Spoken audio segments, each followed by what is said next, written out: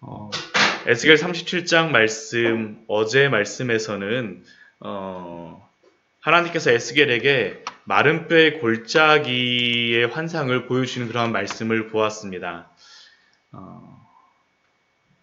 이미 어제도 말씀드렸었지만 나누었었지만 마른 뼈는 722년 멸망하였던 북이스라엘과 또한 586년 멸망한 남유다의 그러한 멸망한 그러한 이스라엘의 현 상황을 말한다라고 할 수 있습니다. 미처 장례도 치르지 못하고 수습하지도 못한 마른 뼈들이 가득한 골짜기, 그리고 살아있다라고는 하지만 그 살아있는 그 백성들조차도 자신들은 마른 뼈와 같이 죽어있는 자와 같은 소망 없는 사람들이라고 고백하고 있습니다. 그러나 하나님께서는 그들이 말랐고 소망이 없다라고 하는 그 백성들에게 하나님이 살리시겠다라는 것이 바로 마른 뼈의 환상입니다. 그리고 그 환상의 말씀을 이어서 오늘 말씀에서 에스겔 선지자에게 한 가지 상징적인 예언을 하게 하십니다. 이 에스겔 말씀은 상징 예언들을 굉장히 많이, 행위 예언들을 굉장히 많이 했었죠. 어디 한편 오른편으로 놓고 왼편으로 놓고 집에 이렇게 벽도 뚫고, 오늘 말씀도 그러한 상징 행위를 행하도록 하나님께서 에스겔에게 명령하십니다. 그 상징의 행위에 그한 예언이 무엇입니까? 두 막대기를 가져오라고 말씀하시죠. 하나의 막대기에는 그 위에다가 유다와 그 짝 이스라엘 자손이라고 쓰고, 또 다른 하나의 막대기에는 에브라임과 또한 그 짝 이스라엘 온 족속이라고 쓰라. 그리고 이 막대기를 그 에스겔 선지자가 잡고 하나로다 이렇게 딱 하는 이러한 모양을 하라고 말씀하십니다. 이것이 무슨 의미입니까? 다른 것이 아닙니다. 멸망한 북이스라엘과 남유다가 하나님 안에서 하나가 되어지라는 것이죠. 마른 뼈와 같다라고 고백하였던 그들이 하나님께서 그냥 마른 뼈를 살리시는 정도, 개개인을 살리시는 정도가 아니라 그 흩어지고 멸망해버린 그 나라를 이제는 합쳐버리겠다라는 것이 에스겔에게 보이셨던 그 환상이었습니다. 이 말씀을 볼 때 우리 민족에게는 더 크게 다가오죠. 남과 북이 갈라져 있는 이 상황들. 저도 대학 시절에 미국에 가고 이 말씀을 보면서 얼마나 가슴이 뜨거웠었는지 모릅니다. 제가 몇 번 이렇게 설교하면서 간증 비슷하게 말씀드렸었지만, 그 미국에서 정말 IMF 우리 민족 그러한 상황을 당한 속에서 그 안에서 제가 청소하면서 지내지만 그래도 잘 지내고 있다는 생각이 들더라고요. 근데 그러면서 하나님께서 우리 민족의 그러한 모습들을 보여주시는데, 갈라지고 흩어져 있는 우리 민족이 얼마나 불쌍하게 여겨지는지. 근데 이 에스겔 37장의 말씀을 보면서 하나님이 정말 우리 민족을 이렇게 하나로 붙여주시면 좋겠다는 그러한 소망함들을 가졌습니다. 그런데 그때 가졌던 그것보다 지금 이 시대는 더 갈라져 있고 더 무너져 있지 않습니까? 남과 북으로 갈라져 있는 것뿐만 아니라 지금은 그 남한 안에, 우리 그 한국 안에서도 이렇게 지역적으로 나눠져 있고 정치적인 색채로 나눠져 있고 세대와 세대로 나눠져 있고 남과 여로 나누어져 있고, 저는 20대 요즘에 볼 때 참 걱정스러운 게, 아니 이렇게 남과 여로 이렇게 해갖고 서로 미워하게 되면 어떻게 결혼을 할 수 있지? 사실은 그런 생각이 들더라고요. 어떻게 사랑을 하고 어떻게 그들이 하나로 용납이 될 수 있지? 그런데 바로 이게 이스라엘 민족의 현 상황입니다. 지금 그 남유다 같은 경우는 완전히 멸망해갖고 예루살렘을 잃었다라는 그 슬픔에 빠져 있습니다. 어떻게 바벨론으로부터 우리가 독립하고 어떻게 포로로부터 어떻게 해방할 것인가 요원합니다. 근데 지금 더 문제는 뭐냐면 에브라임이라고 쓰여진 그 한 막대기, 그 막대기는 벌써 멸망한 지 140년, 150년도 넘었습니다. 그 북이스라엘의 그 10개의 지파들은 어디로 흩어졌는지도 모르는 상황입니다. 왜 그렇습니까? 이 북이스라엘 같은 경우는 그 예전에 솔로몬 이후에 르호보암 시대 때 갈라지고 난 후에 여로보암이 왕이 되고 나서 자신의 마음이 이 북이스라엘 사람들이 남쪽으로 내려가 갖고 그 남유다의 왕에게 돌아가면 어떻게 할까라는 그 걱정 때문에 자신이 그 금송아지 두 개를 만들죠. 하나는 가장 위쪽에 단에다가 또 가장 남쪽에 있는 베델에다가 북이스라엘에 그쪽에다 해놓고 나서 예루살렘으로 못 내려가게 하는 겁니다. 이게 바로 하나님이다. 그것뿐만이 아닙니다. 8월 15일 날 그들이 명절을 정하고 이날 가서 또 행하였던 것이 무엇입니까? 스스로 제사장을 세웠습니다. 레위인이 아니라 제사장을 세웠습니다. 그렇게 할 수밖에 없었던 이유가 뭐냐면 이것을 북이스라엘에 있었던 그 레위인들이 결코 용납을 하지 않거든요. 그러니까 이 여로보암이 어떻게 하냐면 자신이 제사장을 세우는 겁니다. 그러니까 그 북쪽에 있던 그 레위인들과 제사장들이 어떻게 합니까? 다 남쪽으로 내려와 버려요. 결국 그들이 그냥 북이스라엘에 있을 때에는 상관이 없지만 멸망하고 난 이후에는 어떤 문제가 발생합니까? 아수르로 붙잡혀 갔는데 그들에게 말씀을 가르쳐 줄 사람들이 없는 겁니다. 그러니까 말씀이 없어지니까 그냥 북이스라엘이라고 하는 그 민족 10개 지파 자체가 완전히 다 흩어져 버리고 또 아수르가 행했던 그 정책 중에 하나가 혼인 정책을 쓰지 않습니까? 이게 여러 민족들, 식민지 민족들을 서로 간에 이렇게 막 혼합해갖고 결혼을 시켜버립니다. 북이스라엘이 그래서 완전히 10개의 지파의 흔적을 찾을 수가 없게 되죠. 지금도 이스라엘에 가게 되면 그 예루살렘 대학이라던가 그들이 그 당면하는 정책 중에 하나가 뭐냐면 흩어져 있는 이스라엘 민족들을 어떻게 찾아올까라는 게 지금도 굉장히 큰 문제입니다. 그래서 이란에 가면 예루살렘 그 10개 지파 중에 한 부락이 남아있다는 지역이 남아있다라고 합니다. 그래서 그 사람들이 얼마나 남아있는지를 막 조사하고 그러한 것들이 있더라고요. 그런데 이들에게는 지금도 그게 힘들지만 이 시대에는 더 힘들지 않겠습니까? 포로되어 있는 상황 중에서 어떻게 하나가 되어지느냐. 근데 하나님께서는 하시겠다라는 겁니다. 어떻게 하실 수 있으십니까? 우리 뒤에 말씀에 보게 되면 각 나라로 지금 흩어져 있는 그 백성들을 다 고국 땅으로 모아들이고 22절 말씀을 보게 되면 한 나라를 이룰 터인데 한 나라를 누구를 통해서 이룹니까? 한 임금을 통해서 이루겠다라고 말씀하십니다. 그 한 임금이 누구입니까? 24절 이후의 말씀을 보게 되면 내 종 다윗을 왕으로 세우겠다라고 말씀하시고 내 종 그 다윗은 또 누구입니까? 한 목자와 같은 사람이라는 겁니다. 물론 벌써 그 몇백 년 전에 죽은 이 다윗은 아닙니다. 그럼 이 다윗은 누구겠습니까? 하나님이 보내실 메시아입니다. 그리고 이 메시아 그리스도는 누구를 통하여 성취가 됩니까?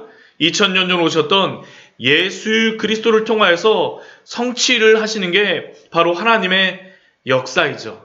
예수님을 통하여서 화평의 언약을 세우시고 영원한 언약을 세우시고 또 오늘 말씀을 보게 되면 26절, 27절, 28절 말씀을 보면 우리가 이미 24절과 25절 내 종 다윗 한 목자는 앞에 말씀에서 우리가 보지 않았었습니까? 또 화평의 언약도 말씀하셨죠. 근데 오늘 말씀에서 특별히 강조하는 그러한 부분이 있습니다. 내 성소를 세우겠다라는 겁니다. 내 성소도 누구를 통하여 세워지겠습니까? 내 종 다윗을 통하여 세우시겠다라는 게 하나님의 약속이죠. 내 성소를, 내 처소를 그들 가운데 있게 할 것이며 내 성소가 영원토록 그들 가운데 있으리니 이게 바로 하나님께서 세우실 일입니다. 이게 바로 하나님이 이스라엘 백성들에게 주신 그러한 은혜이며 약속입니다. 근데 이스라엘 백성들에게 또한 우리에게 이 말씀은 또한 질문이 됩니다. 왜 질문이 되겠습니까? 그들에게는 이게 당장 내가 살아가는데 내가 생존하는데 무슨 의미가 있냐라는 겁니다.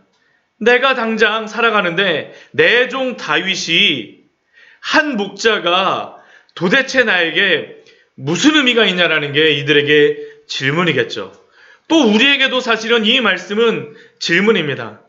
우리 주 예수 그리스도께서 2000년 전 오셔서 왕이 되어주시고 목자가 되어주셨는데 그것이 정말 우리에게 의미가 있냐라는 겁니다. 단순히 이것이 교리적인 의미, 항상 교회에서 듣는 그 말씀으로 우리가 그냥 듣는다라면 이 말씀은 결코 우리의 가슴을 뛰게 하지 않을 것입니다. 예수 그리스도를 통하여서 세우실 그 왕, 그 나라, 그 모든 약속들, 이게 우리에게 얼마나 큰 은혜가 되어집니까? 이것은 다른 것이 아니라 오직 예수 그리스도를 통하여서만 우리에게 주시는 그 은혜가 아닙니까? 하나님이 다른 것이 아니죠. 예수 그리스도를 통하여서만 우리에게 바로 예수 그리스도가 바로 우리의 왕이 되어주시고 한 목자가 되어주시고 또한 성소를 이루실 것이라고 우리에게 신약 성경에서 계속적으로 우리에게 말씀하여 주시고 설명하고 있지 않습니까? 이 말씀을 이스라엘 백성들이 누리기 위하여서는 무엇이 필요하겠습니까? 전 다른 게 아니라고 생각합니다. 이스라엘 백성들에게 이 약속을 주실 때까지 인내할 수 있는가라는 그 질문이 그들에게는 분명히 주어질 수밖에 없습니다. 내 종 다윗이 올 때까지, 하나님께서 보내주실 때까지, 한 목자를 세워주실 때까지 인내하며 참아낼 수 있는지. 그리고 또 이 말씀은 또한 우리에게도 동일하지 않겠습니까? 우리 주 예수 그리스도의 그 왕되심과 한 목자 되심을 우리가 인내하며 기다리며 또한 참아내며 살아낼 수 있는가라는 겁니다. 우리 신약의 그 말씀 가운데에서 예수님의 그러한 구원의 은혜를 받은 성도들에게 주시는 귀한 삶의 은혜가 무엇입니까? 열매가 맺혀지리라는 것이죠.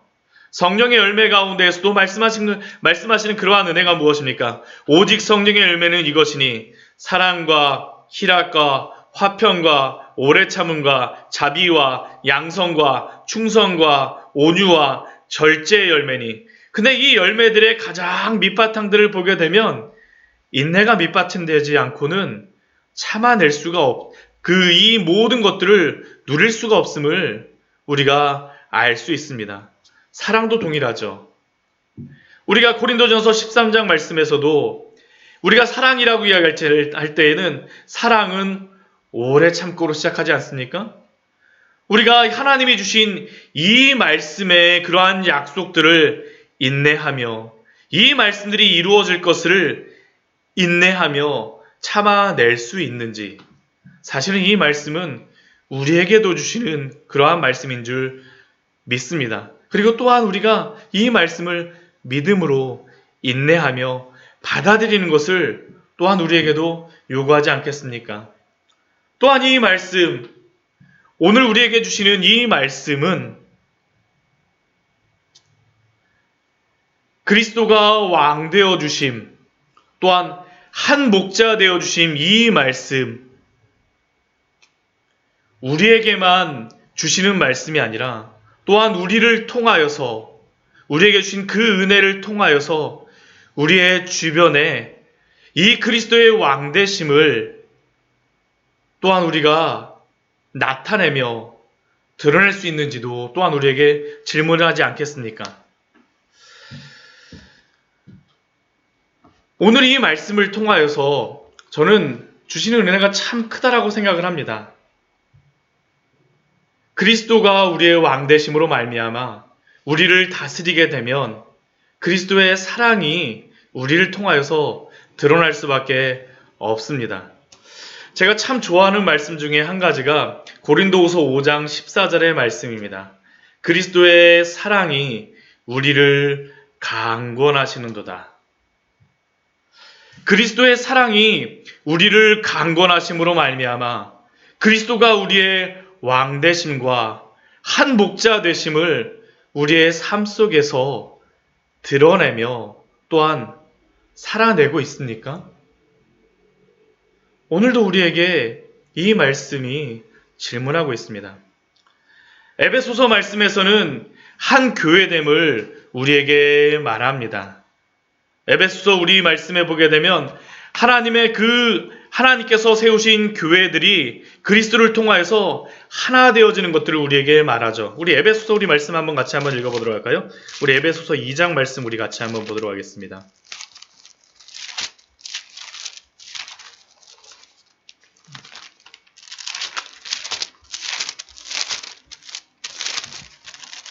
에베소서 2장 19절 말씀부터 21절까지 22절까지의 말씀입니다. 한 교회 되심을 그리스도를 통하여서 이루어 가신 우리에게 보여주고 있지 않습니까? 우리 같이 한번 읽어보도록 하겠습니다. 그러므로 이제부터 너희는 외인도 아니요 나그네도 아니요 오직 성도들과 동일한 시민이요 하나님의 권속이라. 너희는 사도들과 선지자들의 터 위에 세우심을 입은 자라. 그리스도 예수께서 친히 모퉁이 돌이 되셨느니라.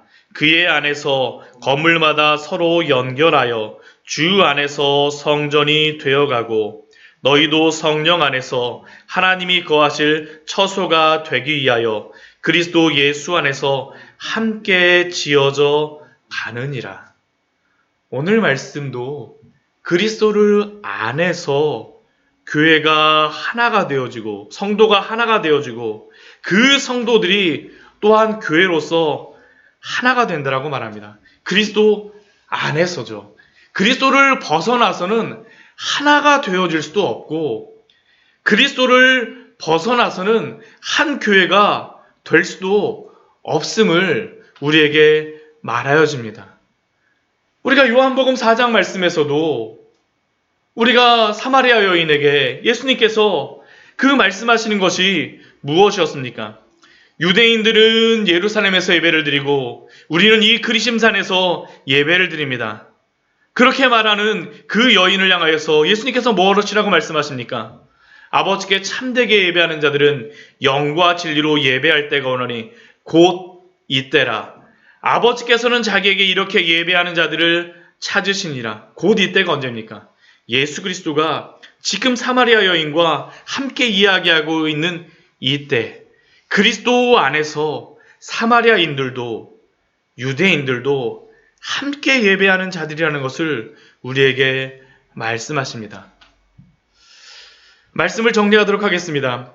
우리는 오직 그리스도 안에서만 하나가 되어질 수 있습니다. 또한 그리스도 안에서만 한 교회가 되어질 수 있습니다. 그리스도 안에서 하나가 되어지고 그리스도 안에서 한 교회가 되어지는 것은 그리스도 안에 있는 우리들이 그 복음을 통하여서 그리스도의 통치를 통하여서 그리스도의 사랑이 우리를 강건하심으로 우리를 교회를 이루어가게 하시는 줄 믿습니다.